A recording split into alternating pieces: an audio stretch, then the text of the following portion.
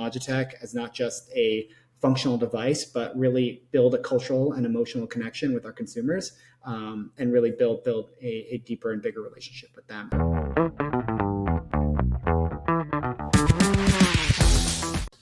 David, welcome to the show. How are you? Thank you, Alessandro. Very excited to be here. But before we get started, why don't you tell us a bit more about yourself using the MAP framework that we have here? That basically is mission, achievements, and purpose. So what do you want to achieve, first of all? The second thing is like any notable milestone in your life. Could be both professional, also just like about your life, maybe hobbies, interests, anything like that. And number three is the purpose. So why do you do what you do? Number one, I've listened to a few of these podcasts, so I apologize if this is not the most revolutionary answer, but it is about creating impact. I do what I do really to be able to create impact, and I think that comes out in two ways. One is really for the brand, making sure from a day-to-day standpoint, especially with working with creators and on content partnerships, how are we generating the most impact through the quality of the partnerships, through the types of partnerships, and obviously through storytelling, which partners help us do and enable us to do. And then working with creators. I think, how do we as creator partnerships folks, and how do I in my role at Logitech make an impact for them in their creator journey? And that can be transactional through obviously partnerships, that can be through insights, through opportunities, but really making sure that we as a brand are being a great partner for them.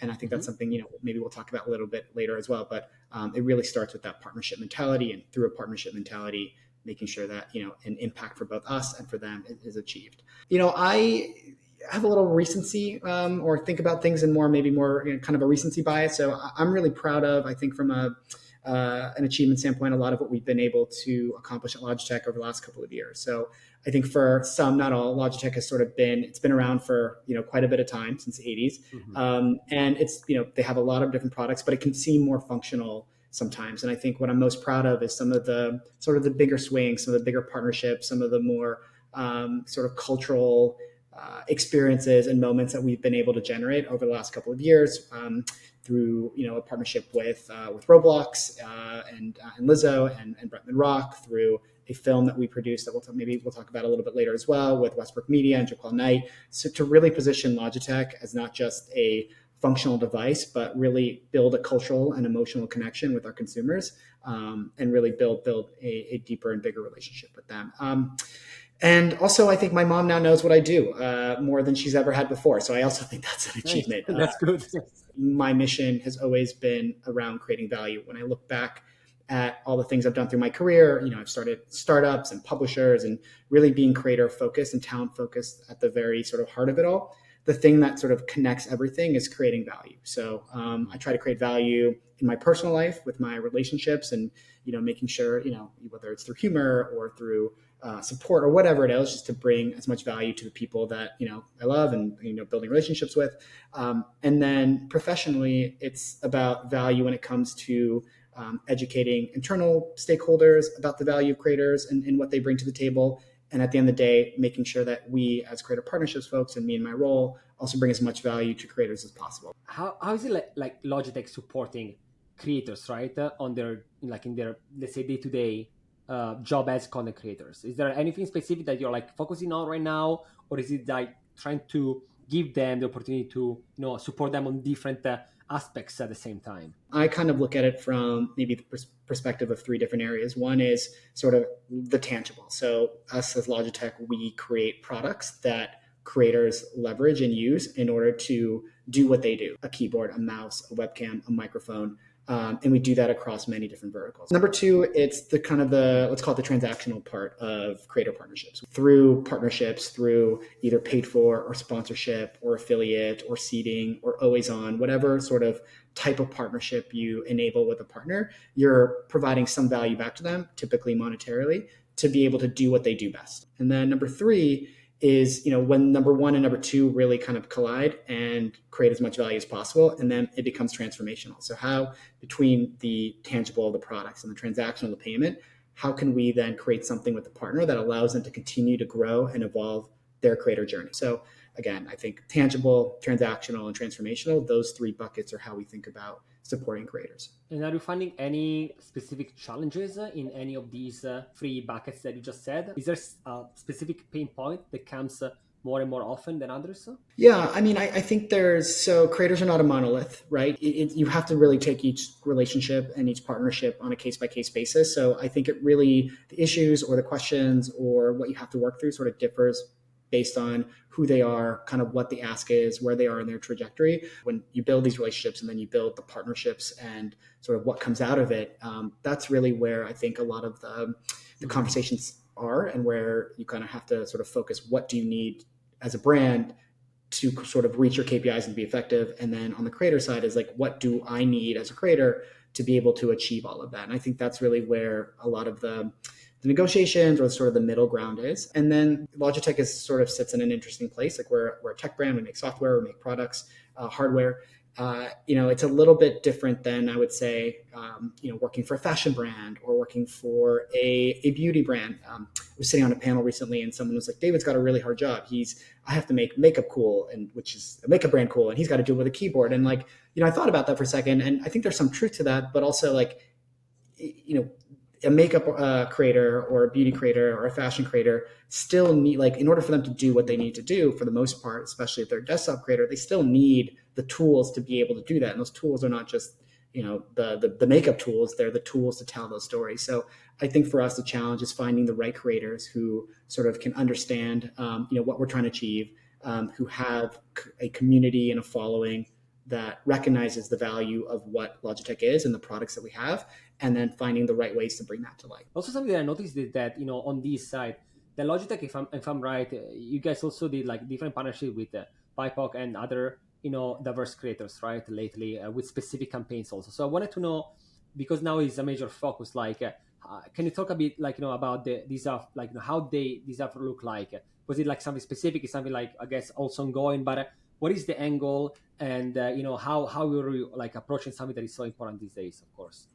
Since I've joined Logitech about 2.5 years ago, we joined a little bit after we launched our initial sort of Creators for BIPOC initiative, which was in July of 2020, which really spearheaded a lot of some of the bigger initiatives or the bigger successes that we've seen today. One of those is a partnership with Jaquel Knight, who is the first commercial choreographer to own his own copyright. So you might not know the name, but if I go like this, hopefully you've seen it on camera, and it's a podcast too. What I did was Single Ladies Dance. He's the one who sort of created the Single Ladies Dance with Beyonce. He's also Megan Thee Stallion's choreographer. I'm not sure exactly where that is today.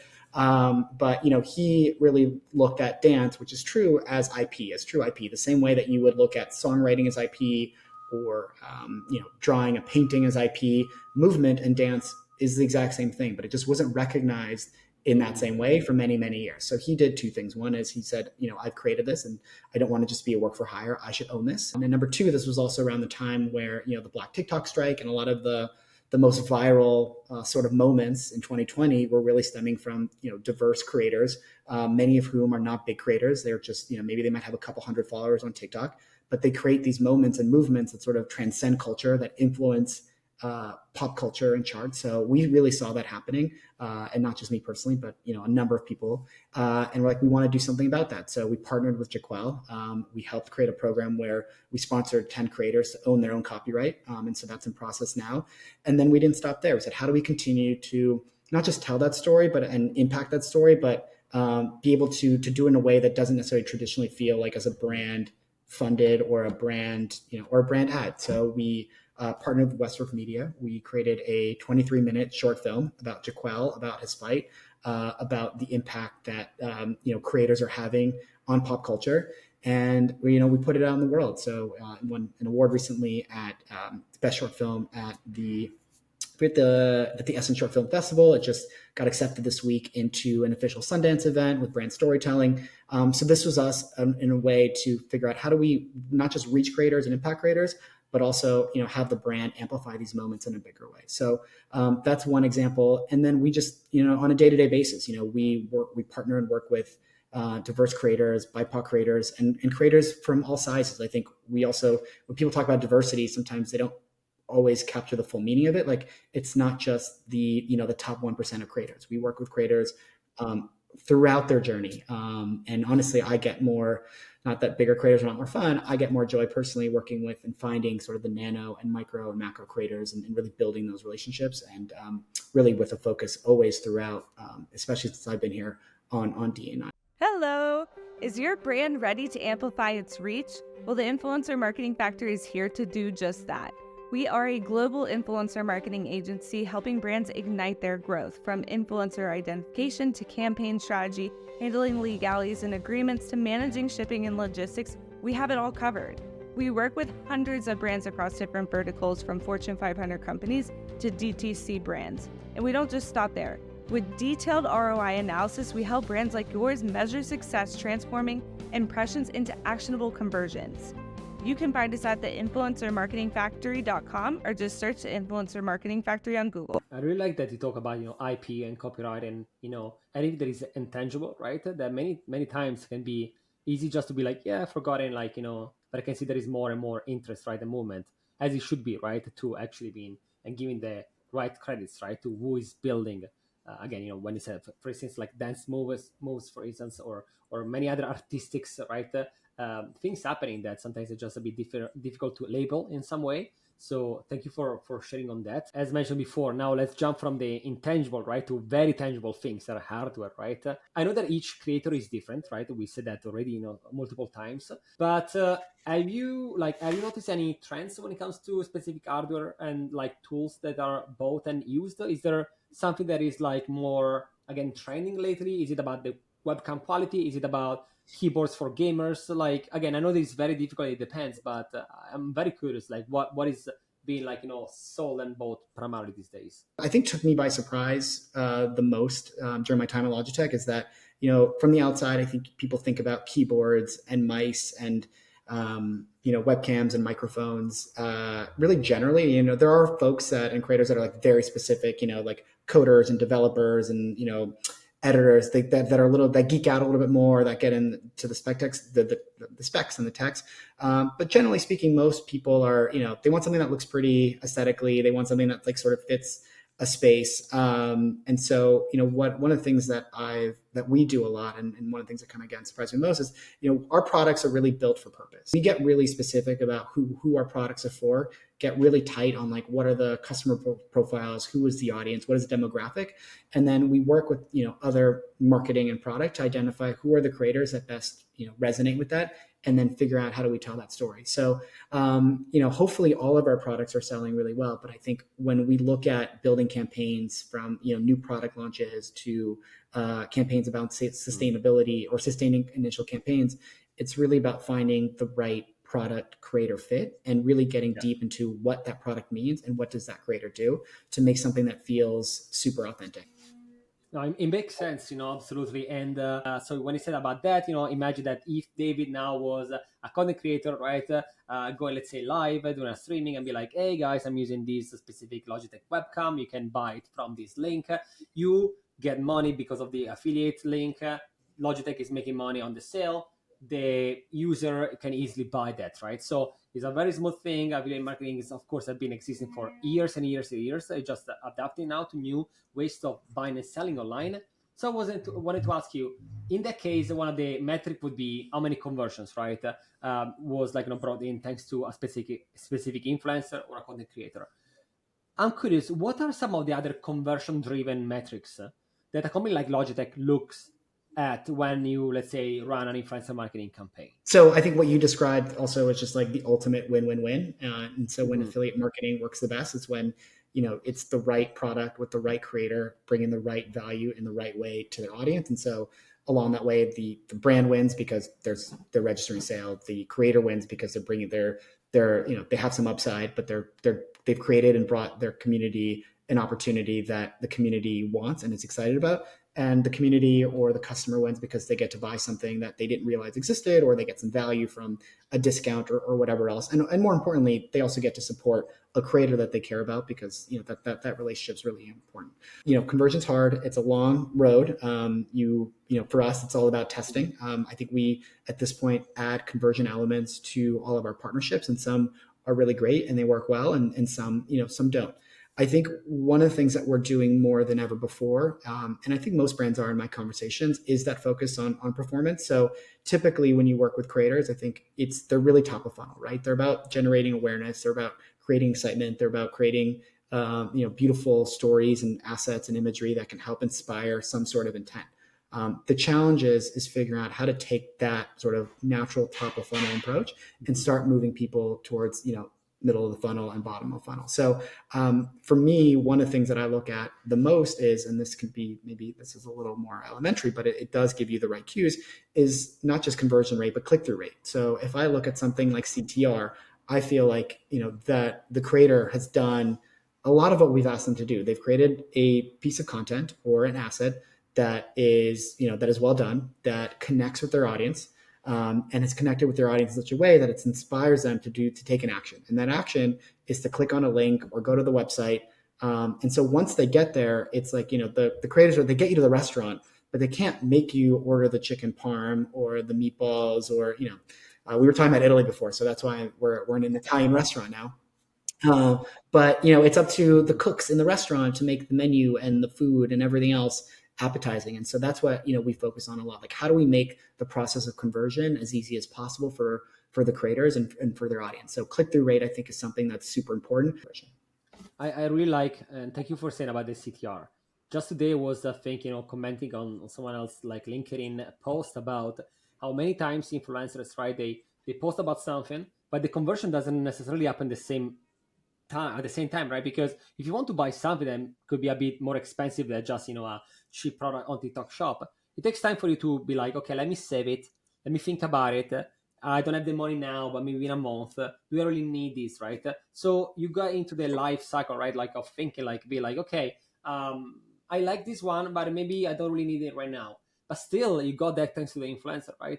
So I like the idea of, right, of the CTR because as you said, as an analogy, you're bringing the people right at the restaurant, then it's about the restaurant, like, doing a good job, right, in providing the right. And you have to be hungry, like to your point. Exactly. Like, yeah. Are you hungry even in the moment when you get there? So like, we can take this analogy all the way, to a super store, a super chain of Italian restaurants. But that's the case. And I think like we, as marketers, have to understand that. It's also reflective probably of our own buying habits as well. Like, we are consumers and customers for other brands. And so how do we sometimes make purchase decisions as well? So there are tools. So attribution, obviously, when you talk about, conversion and creatives is super important. There are tools and ability to kind of understand sort of long tail impact. But yeah, I mean, I do believe, and I think what you're saying as well is like the true road to conversion is long. There's multiple touch points along the way. And it's just about, being able to recognize that and not just fall in love with or fall out of love with creators because of this, potentially instant gratification of like, asset, link, purchase. I think that's not practical in this world, but there are certain things you can do to make that journey a little bit easier. Oh yes, spot on. I said exactly the same all the time. Do not expect influencer marketing being like, Google ads, right? You put $1 in, you track exactly what happens, right? You get that out. You get much more. You just have to be more patient, right? And certain things happen maybe and I think 3 months from now. Totally. And I think that's also, as folks who, work with creators day in, day out, at brands and at organizations, like it's sometimes surprising, and it's totally like, it's fine. This is your day to day. It can be jarring sometimes where, you're investing X dollars into a creator and maybe your KPIs are tied to sales and those sales don't necessarily come, instantly, but there is other value that the creator has brought to you. That's not to say to what we just talked about, the creator won't facilitate conversions at a later point. So I think it's really important to, have that mindset of just not just education externally, but internally as well. And that way, there are no, big surprises. And if anything, you collectively work together to make sure that, you're achieving what your shared version of success is. Absolutely. I would talk about this for hours. When it comes to influencers, it's still a people business, right? It's people to people. You need that human touch, even though AI is out there, right? And platforms are doing the same. I want to know your take on this. Like, what do you think it's, are we going to able one day to have influencer marketing completely automated with AI, with the click of a button, or do we still need people behind that? This is, who knows, maybe we take humans completely out.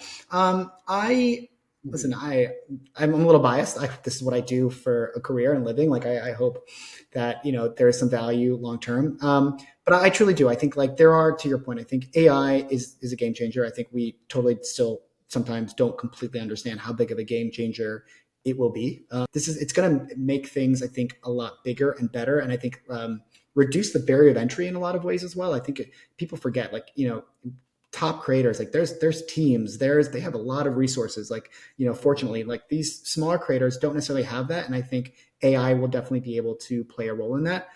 At the end of the day, though, what we do is really the intersection of like data and storytelling. And I think when you do that, there's a certain sense of subjectivity that is introduced. And, there might be someone listening at this podcast now saying like, he's crazy or he doesn't know it. But like, I don't think that an AI can fully solve for that. I think what we do is we take the best information, the best data available, and then there's a human element of as well, of like trying to understanding what is good content, what is bad content, what is good community management, what is bad community management, and take those, both like kind of hard data and soft data and make the best decisions possible, which ultimately will make a difference. But there will be a path for that process to be supported by AI and all of the innovation that will bring. So short answer is I hope not.